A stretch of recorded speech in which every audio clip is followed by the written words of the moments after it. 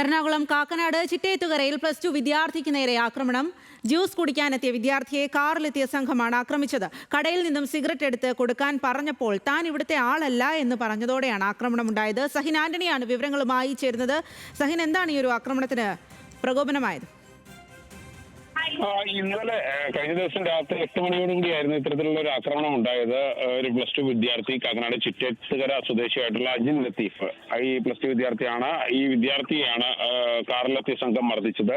ആ കുട്ടി ഒരു കടയിൽ ജ്യൂസ് കുടിക്കാൻ എത്തിയതായിരുന്നു. ഈ കടയുടെ മുന്നിൽ ഈ കാറിലെത്തിയ സംഘം വാഹനം നിർത്തി കടയിൽ നിന്നും സിഗരറ്റ് എടുത്തു കൊടുക്കാൻ ആവശ്യപ്പെട്ടു.